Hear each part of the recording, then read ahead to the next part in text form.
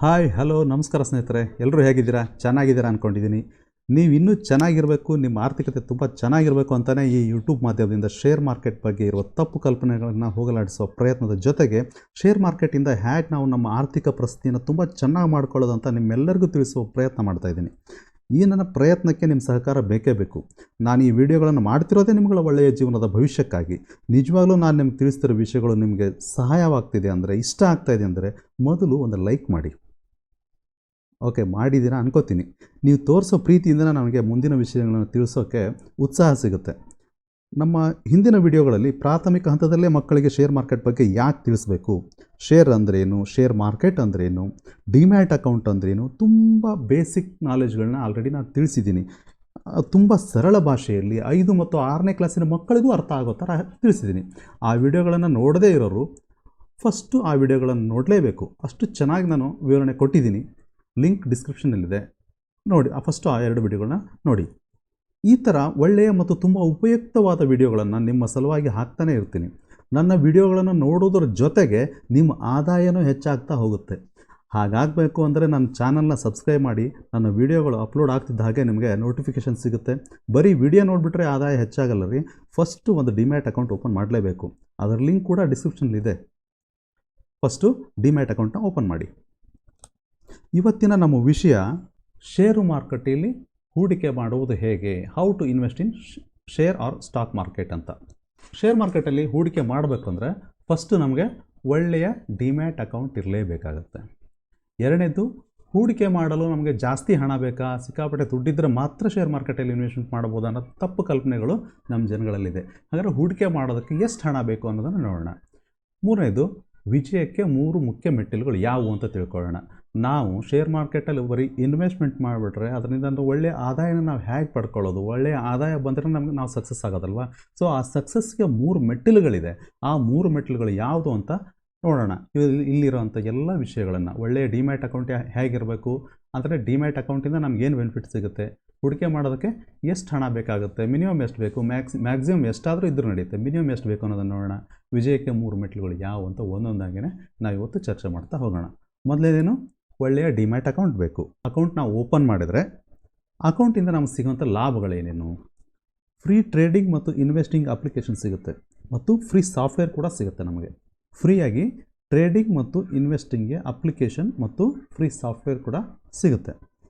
ನಿಮ್ಮ ಮೊಬೈಲ್ನಲ್ಲೇ ಅಥವಾ ನಿಮ್ಮ ಕಂಪ್ಯೂಟರ್ ಮುಖಾಂತರ ಆನ್ಲೈನಲ್ಲಿ ನೀವು ಇನ್ವೆಸ್ಟ್ಮೆಂಟು ಮಾಡ್ಬೋದು ಮತ್ತು ಟ್ರೇಡಿಂಗ್ ಕೂಡ ಮಾಡ್ಬೋದು. ಒಂದನೇದು. ಎರಡನೇದು, ಆಫ್ಲೈನಲ್ಲಿ ಕೂಡ ನಿಮಗೆ ಸಪೋರ್ಟ್ ಸಿಗುತ್ತೆ. ಹೇಗಂದರೆ, ನೀವೇನಾದರೂ ಆನ್ಲೈನಲ್ಲಿ ಟ್ರೇಡಿಂಗ್ ಮಾಡ್ತಾಯಿದ್ರಿ ಅಥವಾ ಇನ್ವೆಸ್ಟ್ಮೆಂಟ್ ಮಾಡ್ತಾಯಿದ್ರಿ, ಏನೋ ನೆಟ್ವರ್ಕ್ ಇಶ್ಯೂ ಆಯಿತು ಅಂತಂದರೆ ಇಮಿಡಿಯೇಟಾಗಿ ನೀವು ಸಪೋರ್ಟ್ ಟೀಮ್ಗೆ ನೀವು ಫೋನ್ ಮಾಡಿ ನೀವು ಬೈ ಸೆಲ್ ಕೂಡ ಮಾಡ್ಬೋದು. ನೀವೇ ಕೊಂಡ್ಕೊಂಡಂಥ ಶೇರ್ಗಳನ್ನ ಸೆಲ್ಲು ಮಾಡ್ಬೋದು, ಮತ್ತು ಹೊಸದಾಗಿ ಶೇರ್ಗಳನ್ನ ಬೈ ಕೂಡ ಮಾಡ್ಬೋದು. ಒಳ್ಳೆ ಪ್ರೈಸ್ ಬಂದಿದೆ ಶೇರ್ಸ್ ಅಂತಂದರೆ ಅದನ್ನು ಇಮಿಡಿಯೇಟಾಗಿ ನೀವು ಬೈ ಮಾಡೋಕ್ಕಾಗಿಲ್ಲ ನಿಮ್ಮ ಸಾಫ್ಟ್ವೇರಲ್ಲಿ ಅಂದರೆ ಇಮಿಡಿಯೇಟಾಗಿ ನೀವು ಫೋನ್ ಮಾಡಿ ಬೈ ಕೂಡ ಮಾಡ್ಬೋದು ಆಫ್ಲೈನಲ್ಲಿ. ಆಮೇಲೆ ಮೂರನೇದು, ನೀವು ಮಾಡಿದ ಪ್ರತಿ ಟ್ರೇಡ್ ಅಥವಾ ಇನ್ವೆಸ್ಟ್ಮೆಂಟ್ನ ಮಾಹಿತಿ ಕೂಡ ನಿಮ್ಗೆ ಸಿಗುತ್ತೆ. ಬ್ಯಾಂಕಲ್ಲಿ ನಿಮ್ಗೆ ಯಾವ ಥರ ನಿಮ್ಮ ಅಮೌಂಟ್ ಏನಾಗಿದೆ, ಏನೇನಾಗಿದೆ ಅಂತ ಹೇಗೆ ನೀವು ಸ್ಟೇಟ್ಮೆಂಟ್ ತೊಗೊಳ್ತೀರೋ, ಇಲ್ಲಿ ಕೂಡ ಅದೇ ಥರನೇ ಸ್ಟೇಟ್ಮೆಂಟ್ ಕೂಡ ತೊಗೋಬೋದು.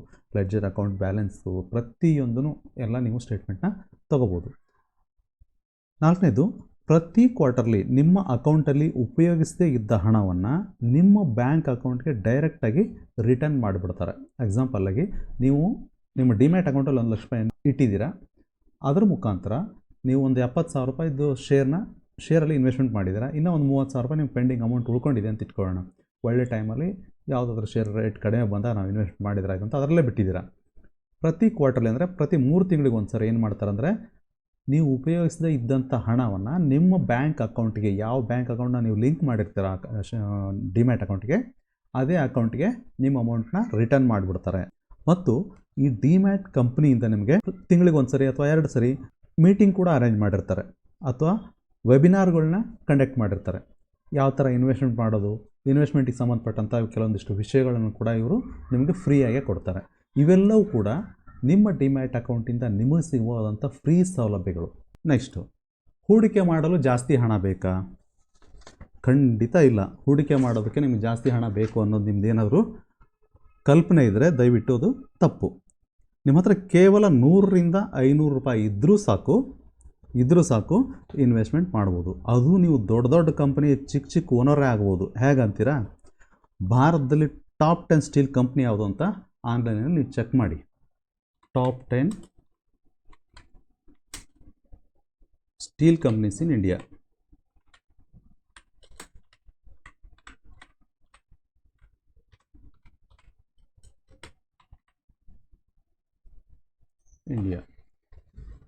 ನೋಡಿ ಯಾವುದಿದೆ, ಫಸ್ಟು ಟಾಟಾ ಸ್ಟೀಲೇ ಬರುತ್ತೆ. ಭಾರತದ ದಿಗ್ಗಜ ಕಂಪ್ನಿ ಆದಂಥ ಸ್ಟೀಲ್ನಲ್ಲಿ ದಿಗ್ಗಜ ಕಂಪ್ನಿ ಆದಂಥ ಟಾಟಾ ಸ್ಟೀಲ್ ಕಂಪ್ನಿ ಬರ್ತಾಯಿದೆ. ಟಾಟಾ ಸ್ಟೀಲ್ ಕಂಪ್ನಿಯ ಪ್ರತಿ ಒಂದು ಶೇರ್ನ ಬೆಲೆ 145 ರೂಪಾಯಿ 40 ಪೈಸೆ ಇದೆ. ಅಂದರೆ ನೀವೊಂದು 500 ರೂಪಾಯಿ ನಿಮ್ಮ ಹತ್ರ ಇದ್ದರೂ ಕೂಡ, ಕೇವಲ 500 ರೂಪಾಯಿ ಇದ್ದರೂ ನೀವೊಂದು 3 ಶೇರ್ಗಳನ್ನ ಟಾಟಾ ಸ್ಟೀಲ್ ಕಂಪ್ನಿಯವ್ರನ್ನ 3 ಶೇರ್ಗಳನ್ನ ಕೊಂಡ್ಕೋಬೋದು. ಇನ್ನು 50 ರೂಪಾಯಿ ನಿಮ್ಗೆ ಉಳಿಯುತ್ತೆ ಅಲ್ವಾ. ಇನ್ನು ಕಡಿಮೆ ಪ್ರೈಸ್ ಇರೋ ಶೇರ್ಗಳು ಇದ್ದಾವೆ. ಕೇವಲ 50 ರೂಪಾಯಿ ಇದ್ದರೂ ನೀವು ಶೇರ್ನ ಬೈ ಮಾಡ್ಬೋದು. ಮುಂದಿನ ವಿಡಿಯೋಗಳಲ್ಲಿ ಅಂಥ ಶೇರ್ಗಳ ಬಗ್ಗೆಯೂ ನಾನು ತಿಳಿಸ್ತೀನಿ. ನೀವು ಮಕ್ಕಳಿಗೆ ಬರ್ತ್ಡೇ ಮಾಡಿ ಸಾವಿರಾರು ರೂಪಾಯಿ ಖರ್ಚು ಮಾಡಿದ್ರಲ್ಲಿ 50% ಖರ್ಚು ಕಡಿಮೆ ಮಾಡಿ ನೀವು ಮಕ್ಕಳ ಭವಿಷ್ಯಕ್ಕಾಗಿ ಆ ಹಣದಲ್ಲಿ ಶೇರ್ ಖರೀದಿ ಮಾಡಿ. ಮಕ್ಕಳಿಗೆ ಏನೇನೋ ಗಿಫ್ಟ್ ಕೊಡೋ ಬದಲು ಶೇರ್ನ ಗಿಫ್ಟಾಗಿ ಕೊಡ್ರಿ. ನಿಜ, ಶೇರ್ನ ಗಿಫ್ಟಾಗೂ ಕೊಡ್ಬೋದು ರೀ, ಗೊತ್ತಿಲ್ಲ ಅಂದರೆ ತಿಳ್ಕೊಳ್ಳಿ ಆಯಿತಾ. ಅಥವಾ ಮುಂದಿನ ವೀಡಿಯೋದಲ್ಲಿ ಇದನ್ನು ಯಾವ ಥರ ಗಿಫ್ಟ್ ಕೊಡ್ಬೋದು ಮಕ್ಕಳಿಗೆ, ಅಥವಾ ಮತ್ತು ಬೇರೆ ಯಾರಿಗಾದರೂ ಇನ್ನೊಂದು ಶೇರ್ಗಳನ್ನ ಗಿಫ್ಟಾಗಿ ಕೊಡ್ಬೋದು. ಸೊ ಯಾವ ಥರ ಗಿಫ್ಟ್ ಕೊಡೋದು ಅನ್ನೋದನ್ನು ಬೇಕಾದ್ರೆ ನಾನು ಮುಂದಿನ ವೀಡಿಯೋದಲ್ಲಿ ನಿಮಗೆ ಇಷ್ಟ ಇದ್ದರೆ ನಾನು ಅದನ್ನು ಕೂಡ ತಿಳಿಸ್ತೀನಿ. ಈ ಥರ ಮಕ್ಕಳಿಗೆ ಶೇರ್ಗಳನ್ನ ಗಿಫ್ಟಾಗಿ ಕೊಟ್ಟರೆ ಎಷ್ಟು ಚೆನ್ನಾಗಿರುತ್ತಲ್ವ. ಬರ್ತ್ಡೇ ಒಂದು ದಿನದ ಖುಷಿ, ಅದೇ ಖರ್ಚು ಸ್ವಲ್ಪ ಕಡಿಮೆ ಮಾಡಿ ಇನ್ವೆಸ್ಟ್ಮೆಂಟ್ ಮಾಡಿದರೆ, ಮಾರ್ಕೆಟಲ್ಲಿ ಇನ್ವೆಸ್ಟ್ಮೆಂಟ್ ಮಾಡಿದರೆ ಮಕ್ಕಳು ಜೀವನವಿಡೀ ಖುಷಿಯಿಂದ ಇರ್ತಾರಲ್ವ.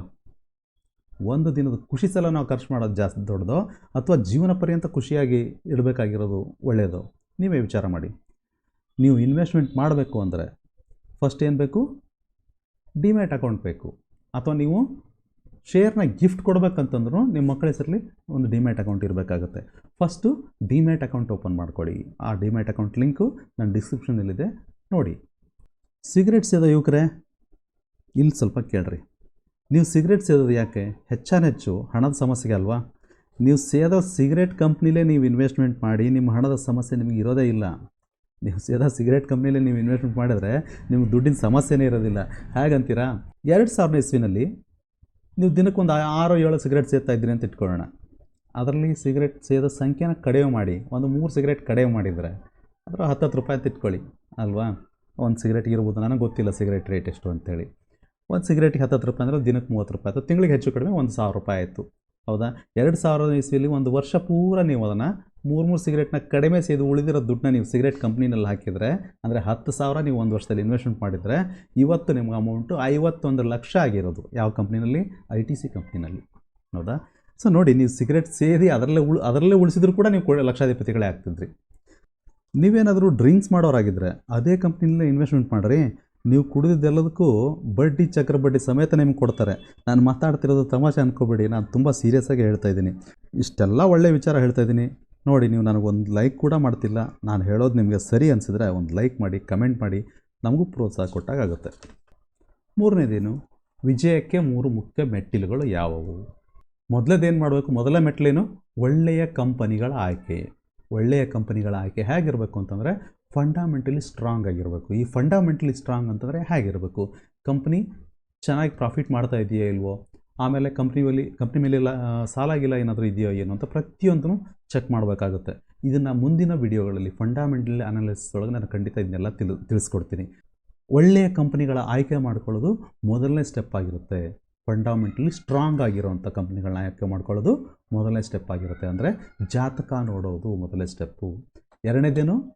ಉತ್ತಮ ದರದಲ್ಲಿ ಖರೀದಿ ಮಾಡೋದು. ನೀವು ಒಳ್ಳೆ ಕಂಪ್ನಿಗಳ ಶೇರ್ಗಳನ್ನು ಸೆಲೆಕ್ಟ್ ಮಾಡ್ಕೊಂಡಿದ್ದೀರಾ, ಅದ್ರ ಪ್ರೈಸ್ ತುಂಬ ಹೈ ಹೋಗ್ಬಿಟ್ಟಿದ್ರೆ ಅಂಥ ಟೈಮಲ್ಲಿ ನೀವು ತೊಗೊಳ್ಳೋದು ಸರಿಯಲ್ಲ. ಅಂದರೆ ಮುಹೂರ್ತ, ಟೆಕ್ನಿಕಲ್ ಅನಾಲಿಸಿಸ್ ಅಂತ ಆಗುತ್ತೆ. ಈ ಟೆಕ್ನಿಕಲ್ ಅನಾಲಿಸಿಸ್ನ ಹೇಗೆ ಮಾಡೋದು ಅಂತಲೂ ಕೂಡ ನಾನು ಮುಂದಿನ ವಿಡಿಯೋದಲ್ಲಿ ನಿಮ್ಗೆ ತಿಳಿಸ್ತೀನಿ. ಆಮೇಲೆ ಸ್ಟೆಪ್ 3 ವೈವಿಧ್ಯತೆ. ನಿಮ್ಗೆ ಒಳ್ಳೆ ಕಂಪ್ನಿ ಇದೆ, ಒಳ್ಳೆ ಟೈಮಲ್ಲಿ ನೀವು ಖರೀದಿ ಮಾಡಿದರೆ ಎಲ್ಲದನ್ನು ನಿಮ್ಮಲ್ಲಿರೋ ಹಣನ ತೊಗೊಂಡೋಗಿ ಒಂದೇ ಕಂಪ್ನಿನಲ್ಲಿ ಹಾಕೋದ್ರಿಂದ ಏನಾಗುತ್ತೆ, ಯಾವುದೇ ಒಂದು ಸೆಕ್ಟರಲ್ಲಿ ಇನ್ವೆಸ್ಟ್ಮೆಂಟ್ ಮಾಡೋದು ಅಂತಂದರೆ ಸೆಕ್ಟರ್ಸ್ ಅಂತ ಇದೆ. ಈಗ ಆಟೋ ಸೆಕ್ಟರ್ ಅಂತಿದೆ, IT ಸೆಕ್ಟರ್ ಅಂತ ಇದೆ, ಫೈನಾನ್ಷಿಯಲ್ ಸೆಕ್ಟರ್ ಅಂತ ಇದೆ. ಈ ಥರ ಬೇರೆ ಬೇರೆ ಬೇರೆ ಸೆಕ್ಟರ್ಗಳಿದ್ದಾವೆ. ಈ ವೈವಿಧ್ಯತೆ ಅಂದರೆ ಏನು ಅಂತಂದರೆ ಡೈವರ್ಸಿಫಿಕೇಷನ್. ಅಂದರೆ ನಿಮ್ಮ ಹತ್ರ ಇವಾಗ 1 ಲಕ್ಷ ರೂಪಾಯಿ ಅಮೌಂಟ್ ಇದೆ ಅಂತ ಇಟ್ಕೊಳ್ಳೋಣ. ಅದರಲ್ಲಿ 5 ಕಂಪ್ನಿಗಳನ್ನ ಅಥವಾ 5 ಸೆಕ್ಟರ್ಗಳಲ್ಲಿ ನೀವು ಇನ್ವೆಸ್ಟ್ಮೆಂಟ್ ಮಾಡಿದ್ರಿ ಅಂತಂದರೆ 5 ಸೆಕ್ಟರ್ಗಳಲ್ಲಿ 20 ಸಾವಿರ ನೀವು ಇನ್ವೆಸ್ಟ್ಮೆಂಟ್ ಮಾಡಿದ್ದೀರಿ ಅಂತ ಇಟ್ಕೊಳ್ಳೋಣ. ಯಾವುದೋ ಒಂದು ಸೆಕ್ಟ್ರು ಯಾವುದೋ ಒಂದು ಬ್ಯಾಡ್ ನ್ಯೂಸಿಂದ ಕೆಳಗಡೆ ಬಿದ್ದರೂ ಕೂಡ ಅದನ್ನು ಸಪೋರ್ಟಾಗಿ ಹಿಡ್ಕೊಳ್ಳೋಕ್ಕೆ ನಮಗೆ 4 ಸೆಕ್ಟರ್ಸ್ ಇರ್ತೈತೆ ಬೆಳವಣಿಗೆಗೆ. ಸೊ ನಿಮ್ಮ ಅಮೌಂಟು ಟೋಟಲ್ ಅಮೌಂಟು ನಿಮಗೆ ರೆಡ್ಡಲ್ಲಿರಲ್ಲ, ಟೋಟಲ್ ಮೈನಸಲ್ಲಿರಲ್ಲ, ನಿಮ್ಮ ಪೋರ್ಟ್ಫೋಲಿಯೋ ಪ್ರಾಫಿಟಲ್ಲೇ ಇರುತ್ತೆ. ಅದ್ರ ಸಲುವಾಗಿ ವೈವಿಧ್ಯತೆ ತುಂಬ ಇಂಪಾರ್ಟೆಂಟು.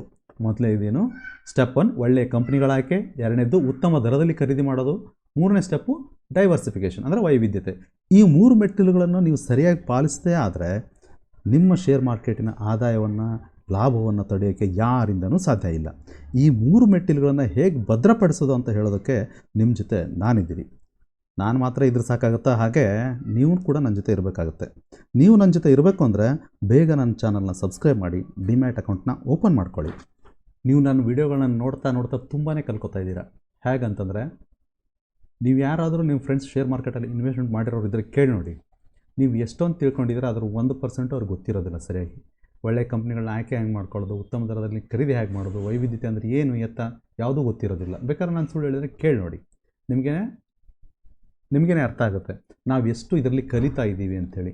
ಅಂದರೆ ನೀವು ಶೇರ್ ಮಾರ್ಕೆಟ್ ಬಗ್ಗೆ ದಿನದಿಂದ ದಿನಕ್ಕೆ ನಾನು ವೀಡಿಯೋಗಳನ್ನ ನೋಡ್ತಾ ತುಂಬ ಒಳ್ಳೊಳ್ಳೆ ವಿಷಯಗಳನ್ನ ತಿಳ್ಕೊತಾ ಹೋಗ್ತಾ ಇದ್ದೀರಾ. ಇನ್ನೂ ತುಂಬ ಇಂಟ್ರೆಸ್ಟ್ ಆಗಿರೋ ವೀಡಿಯೋಗಳನ್ನ ಮುಂದಿನ ದಿನದಲ್ಲಿ ನಾನು ನಿಮಗೆ ತೊಗೊಂಬರ್ತೀನಿ. ಶೇರ್ ಮಾರ್ಕೆಟ್ನ ವಿಷಯ ಮತ್ತು ಈ ವಿಡಿಯೋ ಇಷ್ಟ ಆಗಿದ್ದರೆ ತಪ್ಪದೆ ಲೈಕ್ ಮಾಡಿ ಮತ್ತು ನಿಮ್ಮ ಆತ್ಮೀಯರಿಗೆ ಶೇರ್ ಮಾಡಿ.